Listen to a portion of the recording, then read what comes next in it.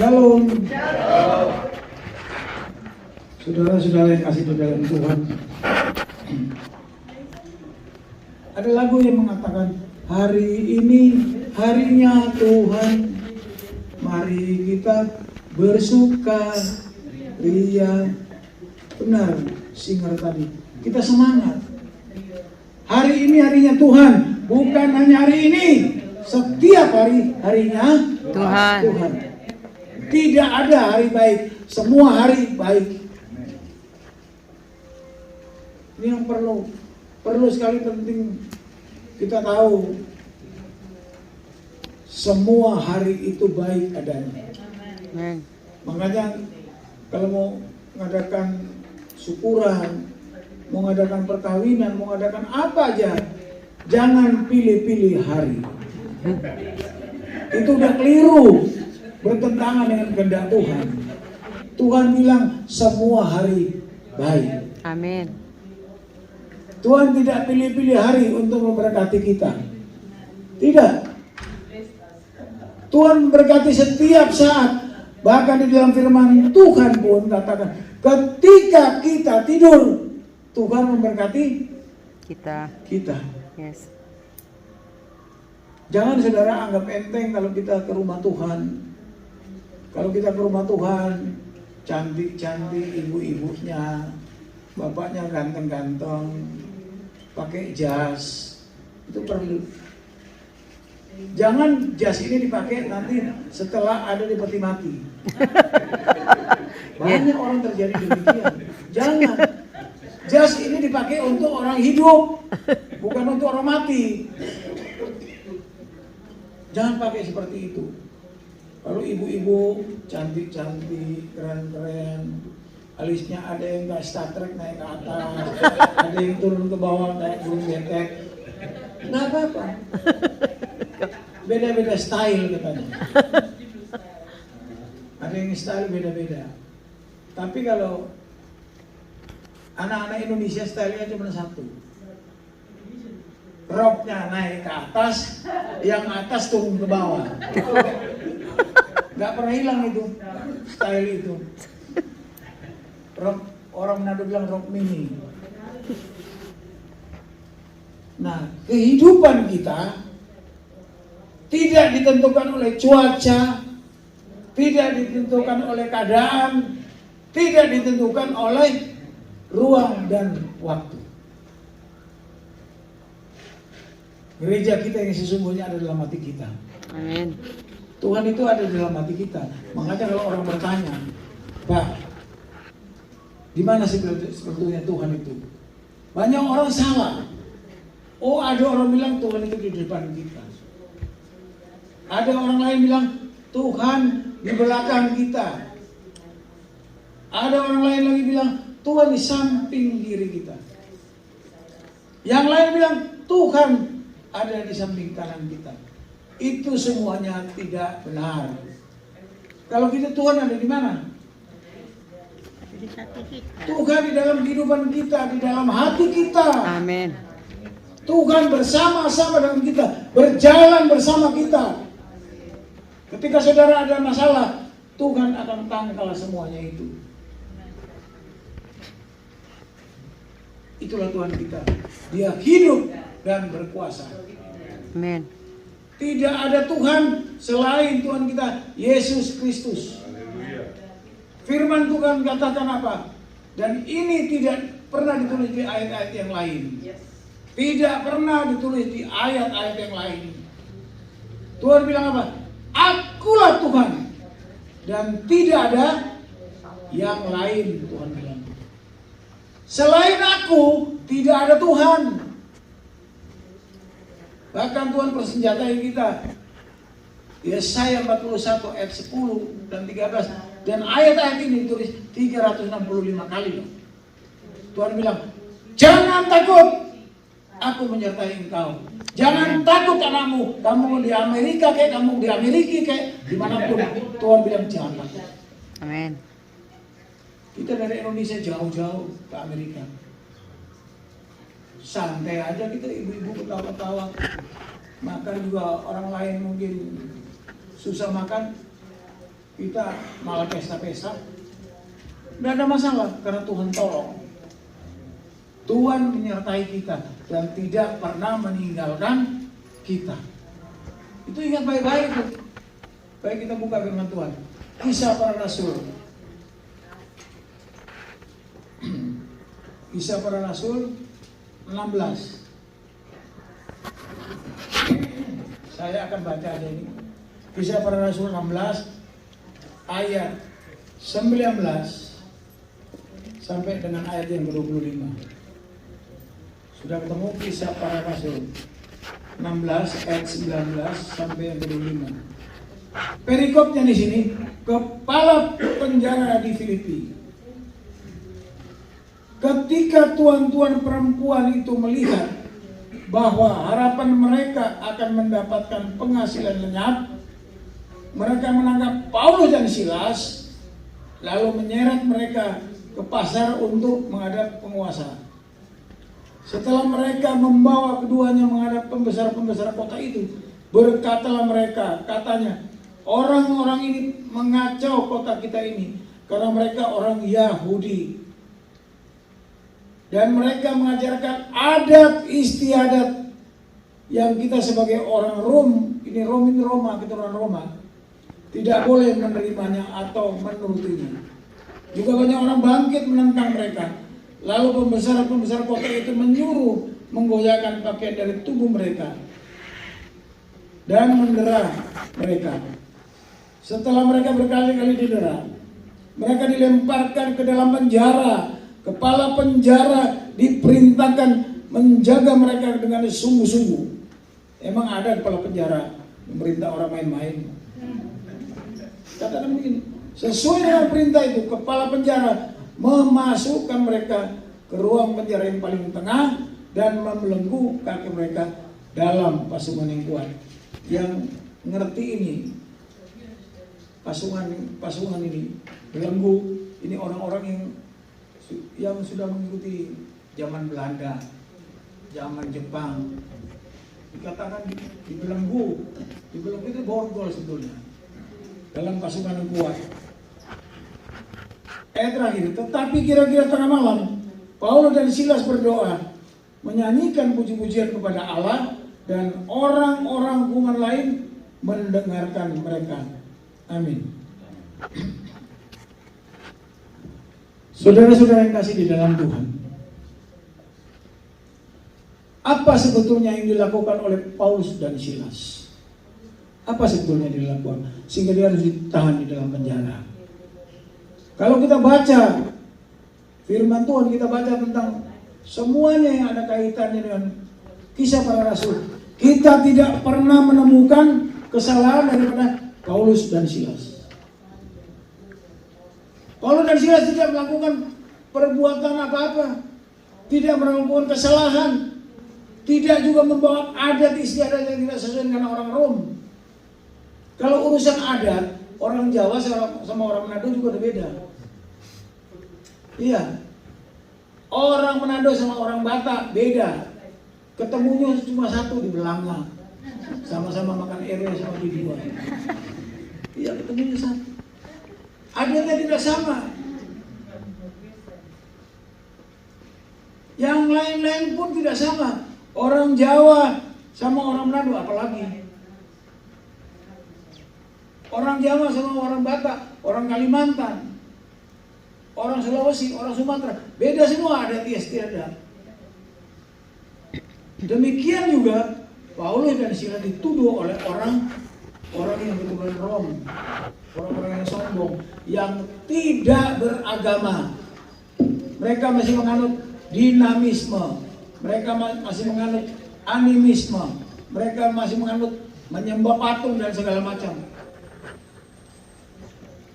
Loh, kenapa Pak kalau gitu sampai ditahan? Yang namanya dukun-dukun yang ada di Rom, itu mereka itu selalu bohongi orang. Kalau ada orang sakit pergi ke dukun, syaratnya sama, bawa ayam hitam. Untung orang Indonesia sudah dirubah, ayam hitam telurnya putih. Ayam hitam telurnya putih ya.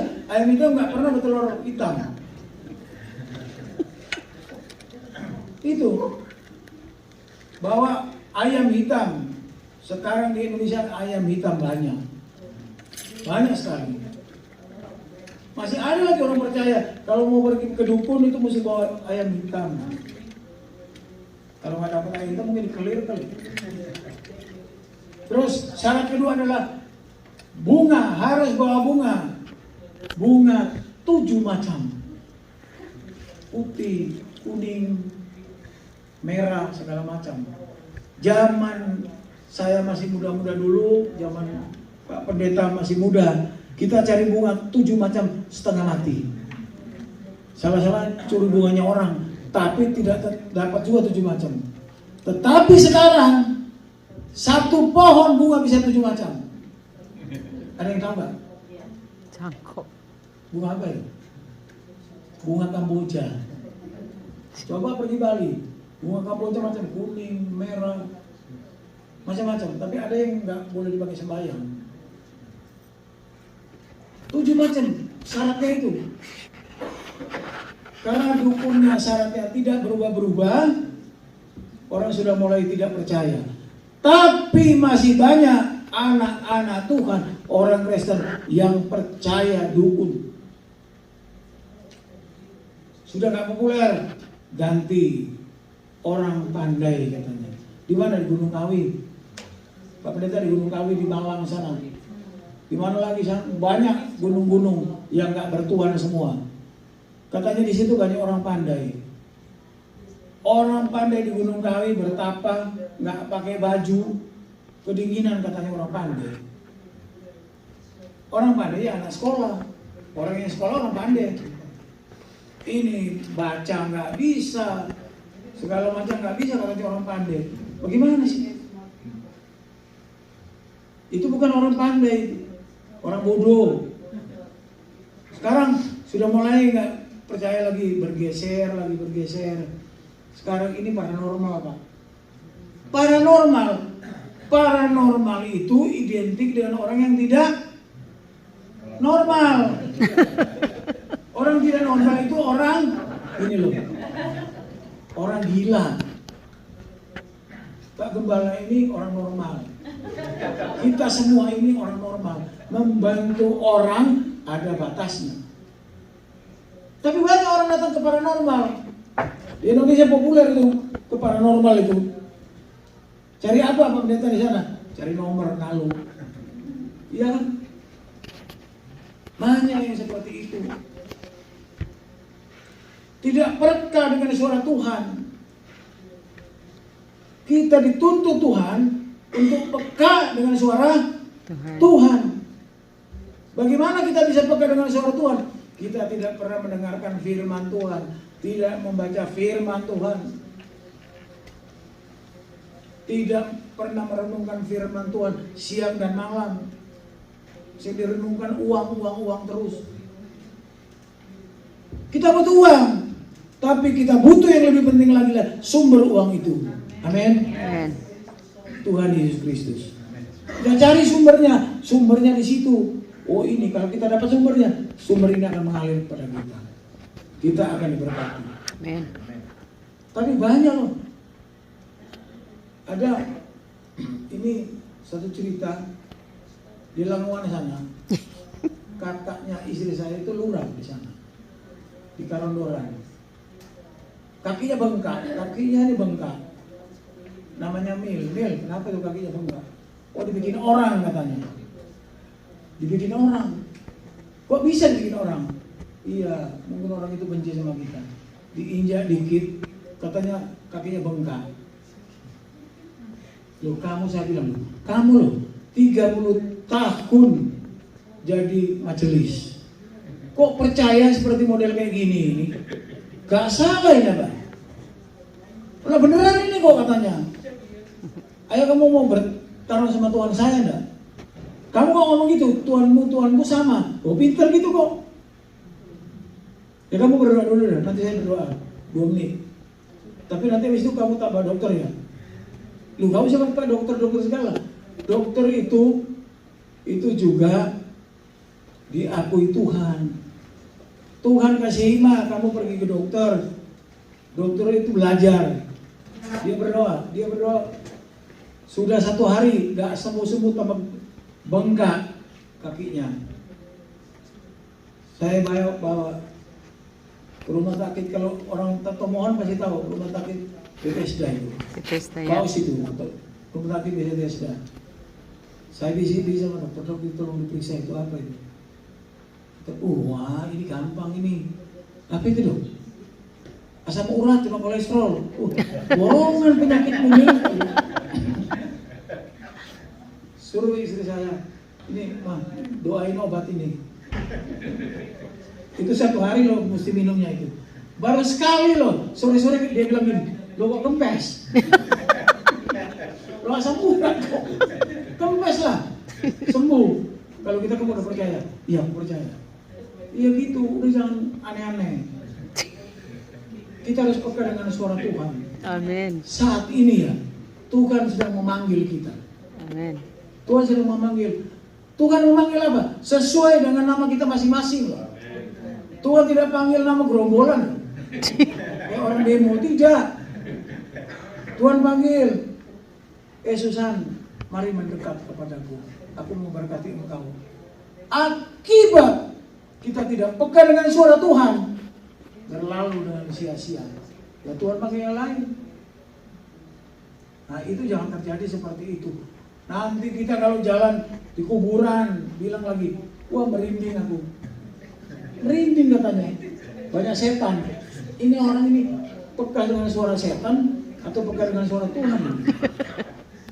Nah ini yang terjadi di Filipi pada saat itu. Filipi ini kota pertama dari Meka dunia. Paulus sedang penginjilan di situ. Orang di sana itu sudah percaya setan semua. Dan apa yang terjadi?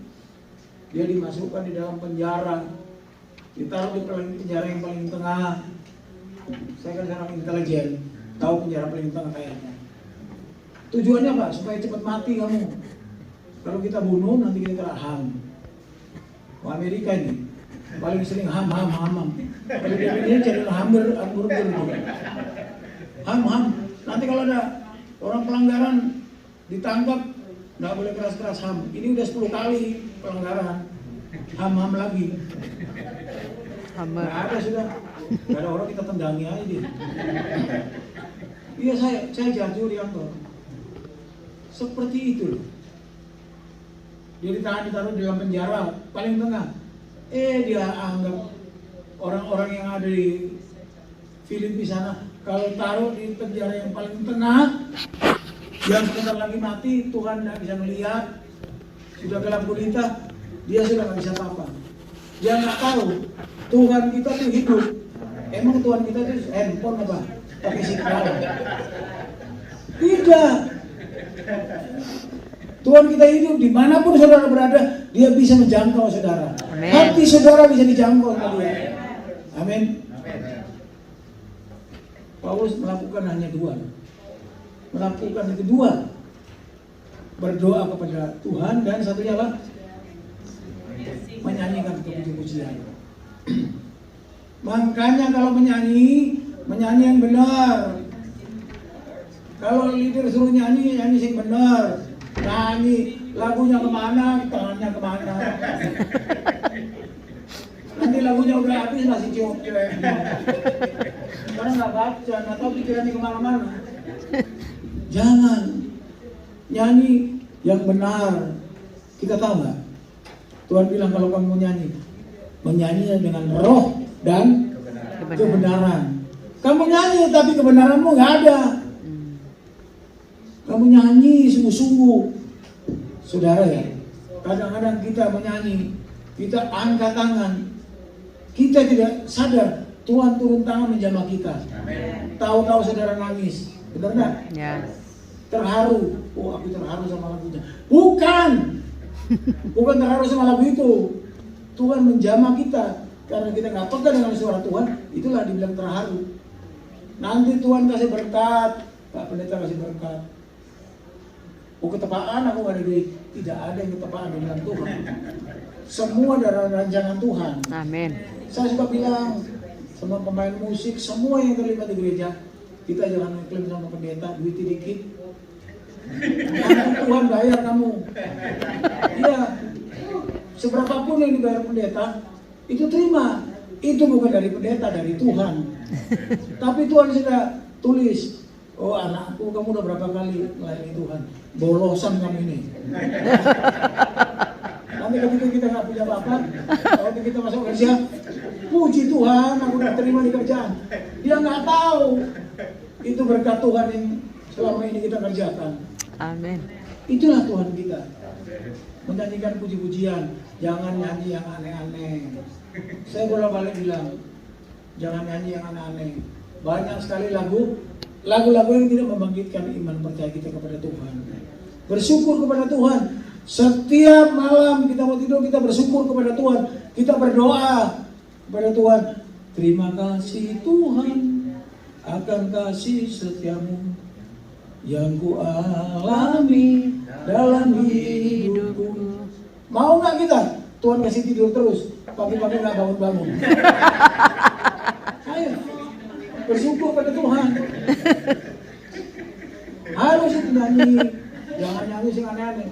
Banyak sekali lagu aneh-aneh. Ada lagu, pulangkan saja aku pada ibuku atau ayahku, dipulangin bener atau cerai. Kamu bilang suruh pulang kok. Jangan nyanyi seperti itu. Lagu yang membangkitkan iman percaya kita. Saudara, lagu kita, ingat baik-baik ini, lagu kita dinyanyikan siapapun juga.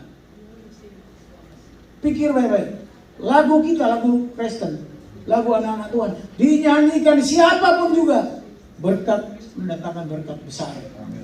Saudara nggak tahu di Jakarta nyanyi lagu Kristen, banyak lagu Kristen, pengamen. Dia cari ini, dia kok tahu itu loh, ini orang Kristen. Saya pernah manggil, sini kamu. Kenapa kamu nyanyi lagu ini? Ya Pak, lagu ini enak. Lagu ini enak gimana? Ya pokoknya enak. Tujuannya apa? Kalau saya nyanyi lagu ini Pak, berkat saya gede Pak. Dia aja tahu. Berkat gede gimana? Kalau nyanyi lagu ini Pak, saya dapat 5.000. Kalau lagu dunia dapat 500 katanya. Iya benar. Jadi lagu gereja top, baru nyanyi loh, tidak ngomong apa-apa. Apalagi kita yang sudah cuat-cuat sama Tuhan. Wah anakku nyanyi terus. Seperti itu.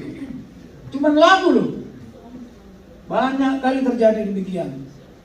Di mall gede-gede banyak pengamen. Wah lagu-lagunya keren-keren. Sudah tahu lagi kalau orang pulang gereja. Saya pernah tanya sama anggota saya, kamu tahu ya, kamu kok bilang orang Kristen ini kaya-kaya ya? Dasarmu apa? Terus kenapa kamu bilang orang Kristen ini cantik-cantik? Apa juga dasarmu?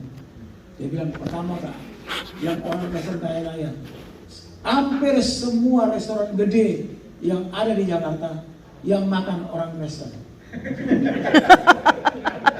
Itu benar kan? Kamu pergi ke restoran orang Kristen?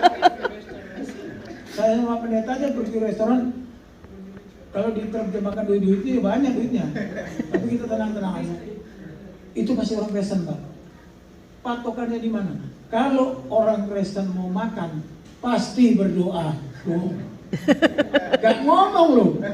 Firman Tuhan gak ngomong loh. Dia lihat aja sudah membawa berkat. Apalagi lagi kita pelaksana. Kita pelaksana firman Tuhan itu sendiri loh. Kita kenal baik Tuhan itu. Apalagi kita berkatnya melimpah. Cuma ngomong aja nyanyi, Islam loh benar. Sudah diberkati.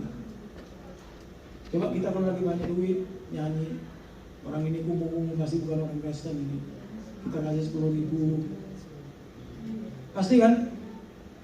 Apalagi baru pulang gereja malu, mau kasih 500 malu kan? Di orang Kristen nggak ada kali 500, ribuan paling dikit. Coba pergi di gereja-gereja di Indonesia. Setiap ada gereja pasti ramai itu pembeca. Iya benar. Ramai. Soalnya kalau pulang aku selalu bilang, kamu kalau ketemu itu pembeca, kamu naik beca, gak usah tawar. Kalau beda 1.000 bayar. Tindakan kita aja membawa berkat besar Iya. buat orang lain. Itu Dampak. puji-pujian, memuji Tuhan. Dan yang kedua apa? Doa. Nanti saya kasih contoh. Doa sanggup merubah keputusan Tuhan. Dahsyat banget ini. Amin. Jadi kalau dokter bilang kamu kurang 1 minggu kamu itu, jangan takut. Itu kan omongan dokter. Kamu sebentar lagi meninggal, jangan takut. Hidup mati anak Tuhan tidak ditentukan oleh dokter, tetapi ditentukan oleh tangan Tuhan. Itu makanya kalau doa jangan bertele-tele. Kalau mau doa makan. Kalau doa mau kemana, doa aja itu. Mau perjalanan, doa itu perjalanan. Jangan kayak istri saya. Ada orang mau perjalanan suruh doain dia. Itu tak tanya, "Mah, yang nyetir siapa?" Ibunya sendiri. Doa belum selesai udah nabrak beca. Lah orang besar itu berdoa. Jangan berdoa aja tepat guna. Kalau ke Manado sana, kalau mau waktunya makan, waduh, besar kanannya. Doanya nggak selesai. Semua didoakan. Anaknya ada di Amerika, ada di Jakarta, ada di mana-mana. Kalau anaknya kayak saya 6 masih mending. Kalau anaknya 10, nggak selesai. Bukan cuma sampai situ. Didoakan yatim piatu, fakir miskin, semua didoain semua. Dia nggak ingat juga. Duda didoain semua. Terlambat dia, janda nggak didoain. Udah doa nggak usah begitu. Doa tepat guna, mau makan kita doa makan. Itu hidup kehendaki Tuhan. Contoh doa, kita buka. 2 Raja-Raja 20 ayat 6. Ini berbicara tentang Hizkia. Sudah ketemu 2 Raja-Raja 20 ayat 6? Kalau sudah ketemu tolong bacakan. Ini bicara tentang Hizkia. 2 Raja-Raja 20 ayat 6.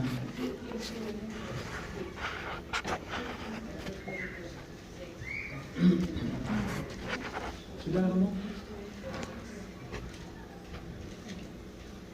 Doa ini. Ini 2 Raja-Raja 20 ayat 6. Ini berbicara tentang Hizkia. Hizkia ini sedang jatuh sakit. Dan sakitnya parah. Diperintahkanlah Nabi Yesaya datang ke Hizkia. Sampaikanlah Nabi Yesaya pada Hizkia, hari ini kamu akan meninggal. Bayangin, seandainya pendeta Ray, Pak Gembala datang, mau mendoakan, diundang, Pak Gembala tolong doakan saya sakit. Di tengah jalan dicegat malaikat, Pak Gembala sampaikan aja, hari ini dia akan meninggal, sampaikan aja pesan-pesan terakhir. Kita mau bilang apa sama Pak Pendeta? Kamu ini pendeta tukang jagal kamu ini. Ini kejadian benar di Alkitab. Hizkia tidak minta tolong kepada Yesaya, karena dia tahu Tuhan Yesaya sama Tuhan saya sama, kuasanya pun sama kita semua. Dia berdoa kepada Tuhan dengan sungguh-sungguh. Akhir Tuhan mendengar doanya dan umurnya ditambah berapa tahun? 15. Dikatakan di sini 15 tahun. Yes. Umurnya ditambah 15 tahun. Ini sudah divonis mati ini. Vonis mati bukan sama dokter, sama Tuhan. Tuhan bilang kamu mau mati. Sampaikan pesan-pesan terakhir. Makanya manusia ini lebih dengar pesan terakhir daripada dengar pesan orang itu sedang hidup. Lebih dengar pesan orang sudah mau meninggal. Anak-anakku, ini kamu bagi warisan ini ya. Bagi yang baik. Santai-santai. Setelah meninggal, boleh mau bagi-bagi, berkelahi ujungnya, orang tua udah gak ada. Banyak kejadian demikian. Dikasih tahu, kamu gak boleh begini, nanti bangkrut usahamu lo.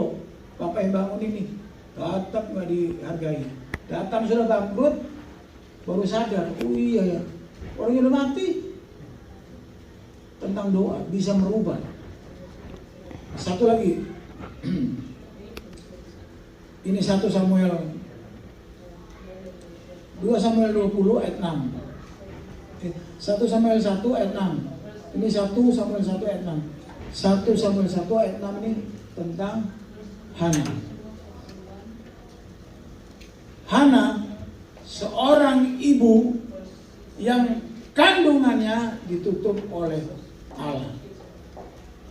Ingat baik-baik, Hana seorang ibu yang kandungannya ditutup oleh Allah. Oleh sebab itu gak usah takut kalau baru menikah, belum punya anak. Gak usah takut, Tuhan punya rencana. Mungkin Tuhan bilang kamu melayani dulu, Tuhan bilang kamu belajar dulu. Hana juga demikian.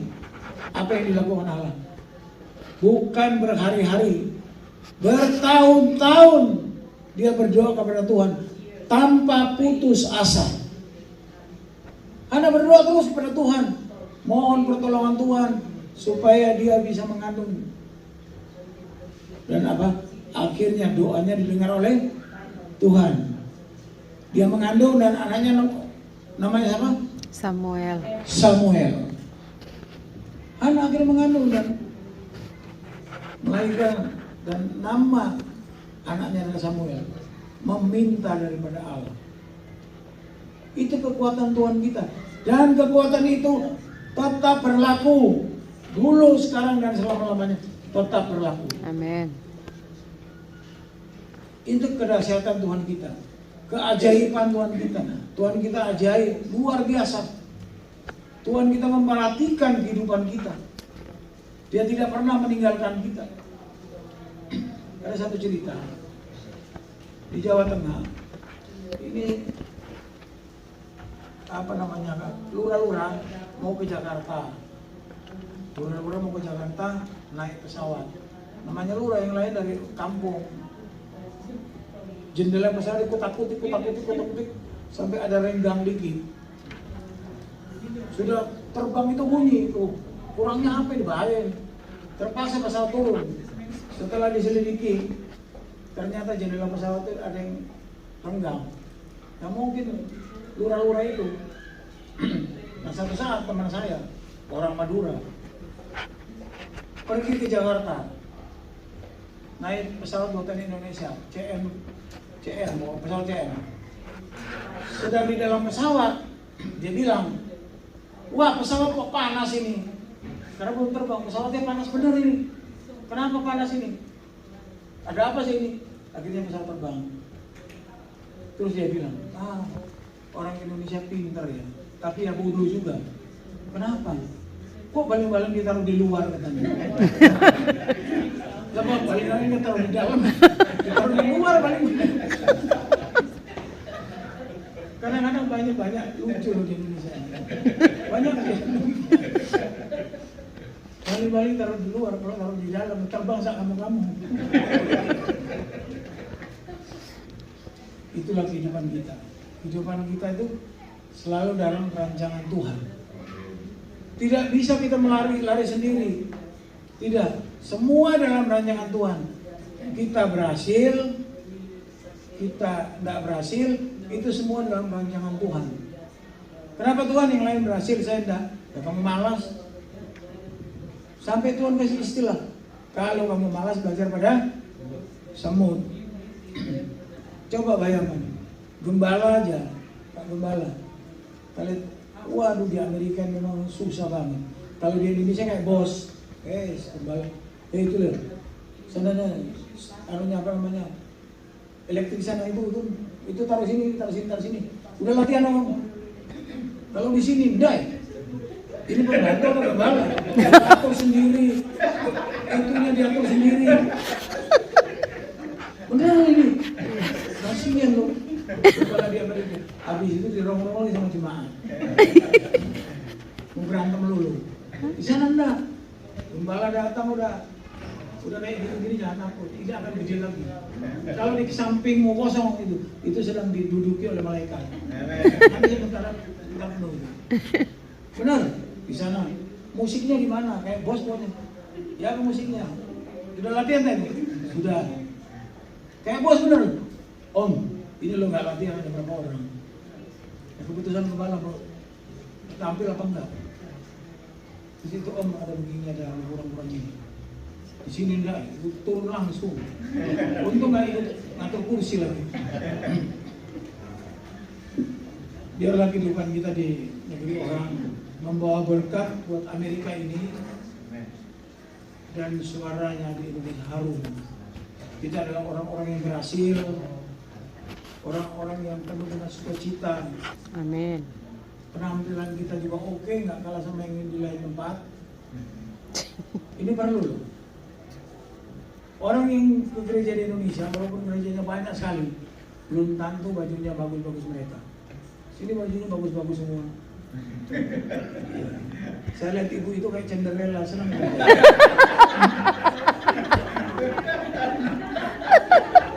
Orangnya udah putih, jadi keren. Ya, biar kita suka cita. Amin. Nggak usah tegang-tegang. Jangan orang yang lihat aja senang, apalagi suaminya pakai senang.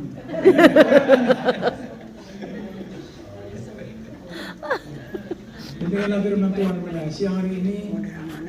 Tuhan Yesus memberkati kita semua. Amin. Amin. Ini istri saya, dia mau ngomong lagi.